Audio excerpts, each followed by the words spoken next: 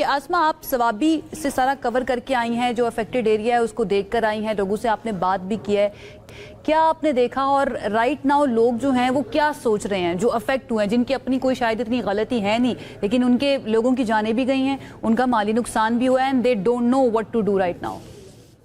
جی بہت شکریہ عائشہ. دیکھیے ایک جسے کہتے ہیں کہ سانحے اور حادثے جو ہیں یہ اچانک تو نہیں ہوتے, اور ان کی زمانہ پرورش کرتا ہے, اس کے بعد ہی حادثے رونما ہوتے ہیں. تو یہ جو حادثہ ہے یہ اچانک نہیں ہوا. اس کے لیے پچھلے 10 برسوں میں جتنی بھی انٹرنیشنل آپ ریسرچ دیکھ لیں یا کوئی تحقیقات دیکھ لیں, اس میں یہ بار بار کہا جاتا رہا ہے کہ پاکستان جو ہے اس میں موسمیاتی تبدیلی کا سب سے زیادہ اثر ہوگا. بلکہ پہلے 5 ملکوں میں پہلے پاکستان تھا پچھلے 5 برس پہلے, اور اس کے بعد پاکستان پہلے نمبر پہ آ گیا. تو یہ سب کچھ تو نظر آ رہا تھا. جیسے آج دیکھیے گلیشیئر پھٹنے کا واقعہ ہوا ہے, اسی طرح سے 13,000 گلیشیئرز ہے پاکستان میں جو کہ پھٹ سکتے ہیں, اور یہ انٹرنیشنل ابھی حال ہی میں CNN نے ایک رپورٹ جاری کی ہے جو کہ بہت اہم رپورٹ ہے. دنیا کے بیشتر ادارے بھی اس کے اوپر جو ہے وہ لکھ چکے ہیں. لیکن اصل بات یہ ہے کہ اس کے لیے کرنا کیا ہے. ابھی سوابی میں جب میں گئی ہوں اور وہاں پہ میں نے دیکھا ہے, دیکھیں جو ایک ٹریجڈی ہے وہ جس طرح سے وہ انفولڈ ہوتی ہے اس کے لیے لوگ تیار نہیں ہوتے.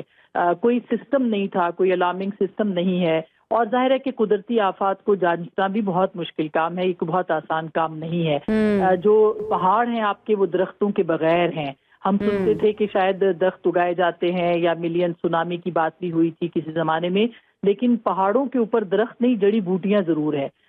جو پہاڑ درخت کے بغیر ہوتے ہیں, ظاہر ہے کہ جو پہلا ڈیفنس کرتا ہے وہ درخت کرتا ہے تاکہ لینڈ سلائڈنگ نہ ہو.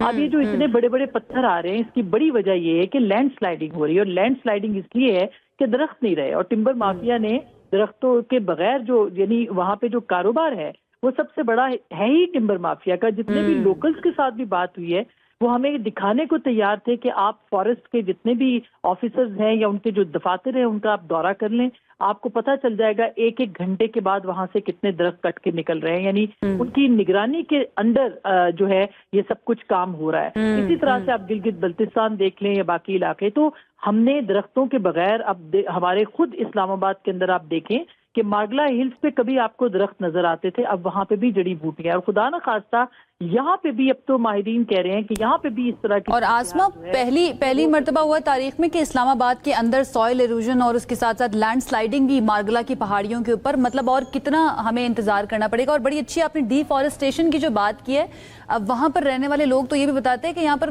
گورنمنٹ کی سرپرستی بھی حاصل ہوتی ہے اکثر ان لوگوں کو, اور بڑے طاقتور ہیں, ان کے ساتھ کوئی پنگا لے نہیں سکتا ہے.